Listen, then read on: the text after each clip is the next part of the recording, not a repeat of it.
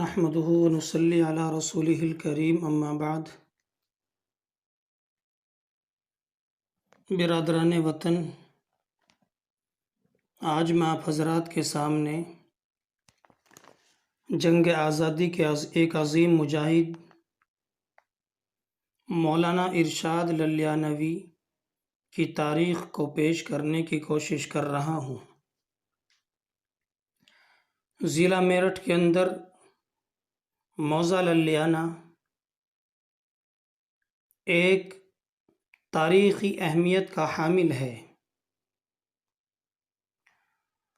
موضع للیانہ والوں کے لیے ایک فخر کی بات ہے کہ اس سرزمین سے ایک مجاہد گزرا ہے کہ جس نے جنگ آزادی میں انگریزوں کا مقابلہ کیا۔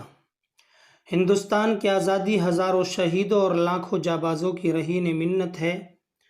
آزادی کے متوالے عیش و عشرت، دھن و دولت اور گھر بار کو چھوڑ کر دار و رسن کی راہ پر نکل گئے۔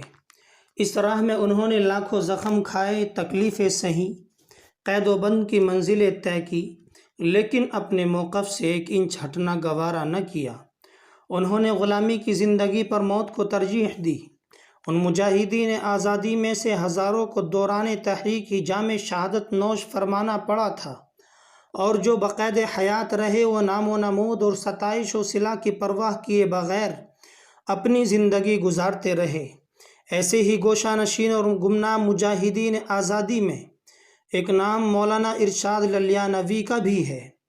حکیم چودھری ارشاد اللہ خاں ولد چودھری احمد اللہ خاں کی پیدائش 9 فروری 1905 کو گاؤں للیانہ ضلع میرٹھ میں ہوئی۔ آپ نے ابتدائی تعلیم گاؤں کے ہی مدرسے میں پائی اور اس کے بعد تحصیل علم کے لیے آپ میرٹھ تشریف لائے، جہاں سے آپ نے عالم، فاضل اور مولوی وغیرہ کی اسناد حاصل کی۔ میرٹھ میں آپ کا مستقل قیام لساڑی گیٹ میں رہا، جہاں آپ کا گھر کے متصل ایک کتب خانہ تھا۔ اس کتب خانے میں بڑی نایاب اور قیمتی کتابیں تھیں۔ تعلیم سے فارغ ہونے کے بعد آپ نے گاندھی جی کی تحریک آزادی پر لبیک کہا اور 1923 میں کانگریس اور خلافت کمیٹی کے ممبر بن گئے۔ یہیں سے آپ کی سیاسی زندگی کا آغاز بھی ہوا۔ مولانا ارشاد للیانوی کو بچپن سے ہی شعر و شاعری کا شوق تھا۔ زمانہ طالب علم سے ہی انہوں نے شعر کہنا شروع کر دیے تھے۔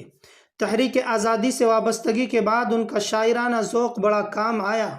اکثر ہمارے ناقدین کو اس بات کا گلہ رہتا ہے کہ اردو شاعری، خاص طور سے غزل، صرف گل و رخسار تک محدود ہے، لیکن مولانا ارشاد نے اپنی شاعری کے ذریعے یہ ثابت کر دیا کہ اردو زبان اور اردو شاعری دنیا کی کسی زبان سے کم نہیں۔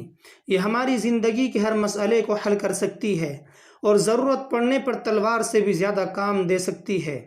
آپ نے اپنی شاعری کے ذریعے نوجوان دلوں کو گرمایا اور نیند کے ماروں کو جھنجھوڑ کر بیدار کیا۔ اس کے علاوہ انہوں نے آزادی کی شان میں کئی قصیدے بھی لکھے، تحریک آزادی کو بڑھانے کے لیے گیت بھی گائے۔ جب مزہ ہے کہ گھر گھر میں چرخہ چلے، جب مزہ ہے کہ گھر گھر میں چرخہ چلے، لے کے سوراج مہاراج گاندھی چلے۔ مولانا اسد اللہ خاں میرٹھ جمعیت علماء کے ناظم تھے اور تحریک آزادی سے وابستہ تھے۔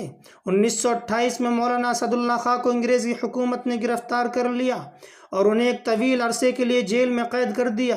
میرٹھ کے ایک سرکردہ کانگریسی لیڈر جناب نجم الدین صاحب مرحوم نے زور دیا کہ اس وقت میرٹھ میں سوائے مولانا ارشاد اللہ خاں کے ایسا دوسرا کوئی شخص نظر نہیں آتا کہ جس کو جمعیت علماء کا ناظم بنایا جا سکے۔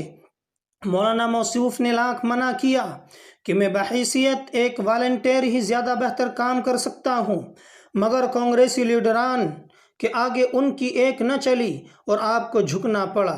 حضرات، آپ جمعیت علماء کے ناظم بنا دیے گئے۔ ناظم ہونے کے بعد آپ نے میرٹھ اور اس کے مضافات کے جلسوں میں دھواں دھار تقریریں کی۔ آپ کی تقریروں میں طنز و مزاح اور خوش طبعی کا پہلو زیادہ ہوتا تھا، اس لیے عوام آپ کی تقاریر کا بڑے شوق سے انتظار اور خیر مقدم کیا کرتے تھے۔ ایک دن آپ کو علم ہوا کہ میری گرفتاری کا وارنٹ جاری ہو گیا ہے، مگر آپ کو تحصیل باغپت اور تحصیل سردھنا جانا تھا، کیونکہ ان علاقوں میں آپ کی تقاریر کی بڑی ضرورت تھی۔ آپ بے خوف و خطر اپنی منزل کو روانہ ہو گئے اور باغپت، بڑوت، چھپرولی اور کوتانہ وغیرہ میں وہ زوردار تقاریریں کیں کہ لوگ آپ کی ہمت اور شجاعت دیکھ کر آشاش کر اٹھے۔ تحصیل باغپت سے فارغ ہو کر آپ تحصیل سردھنا اور موانا کے دیہاتوں کو اپنی تقاریر سے گرماتے چلے گئے۔ وہاں سے اکتوبر 1930 میں لوٹے اور جب یہ دیکھا کہ اب میری کوئی ضرورت نہیں رہی تو کوتوال میرٹھ کو ایک رقعہ لکھا کہ میں نے سنا ہے کہ میری گرفتاری کا وارنٹ جاری ہو چکا ہے اور پولیس میری تلاش میں سرگرداں ہے۔ اگر یہ صحیح ہے تو میں آزادی وطن کی خاطر اپنے آپ کو بخوشی گرفتار کرانے کو تیار ہوں۔ فوراً کوتوال میرٹھ چند سپاہیوں کے ساتھ آئے اور آپ کو گرفتار کر کے عبداللہ پور کی جیل پہنچا دیا گیا۔ مسٹر رام سہائی مجسٹریٹ درجہ اول کی عدالت میں مقدمہ درج کرتا ہے اور چلا جاتا ہے، جہاں سے مولانا موصوف کو 1 سال کا قید